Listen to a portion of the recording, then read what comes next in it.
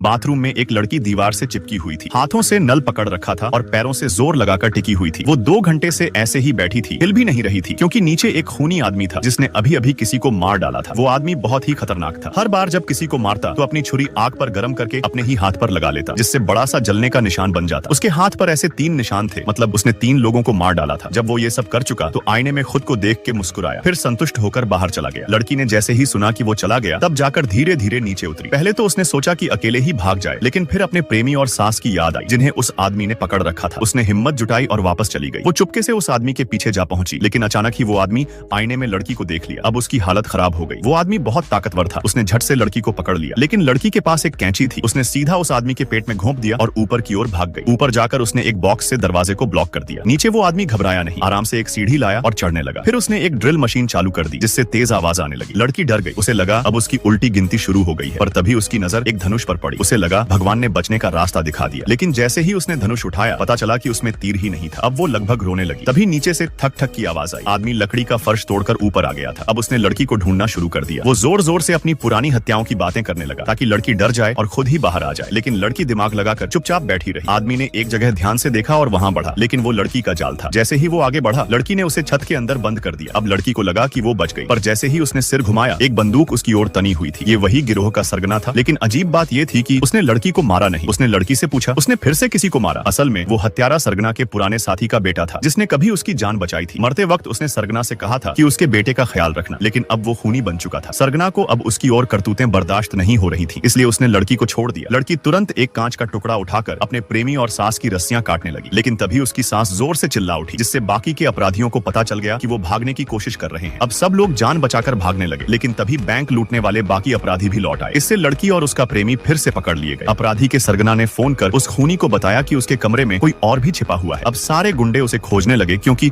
उसने उनके चेहरे देख लिए थे और अब वो उसे जिंदा नहीं छोड़ सकते थे। लड़की ने ये देखा और झटपट ऊपर की ओर भागी, लेकिन गुंडे भी उसके पीछे पीछे आ गए। उसने जल्दी से रेलिंग के पास छिपने की कोशिश की। उसे लगा कि सरगना अब उसका ठिकाना बता देगा, लेकिन ऐसा नहीं हुआ, बल्कि सरगना ने अपने ही साथियों को किसी और दिशा में भेज दिया। लड़की ने उसकी तरफ देखा और मन ही मन उसे धन्यवाद दिया, क्योंकि उसकी जान बच गई थी। जो हनुमान जी का भक्त होगा, उसका मन करे आज वही कमेंट में जय श्री राम लिखना।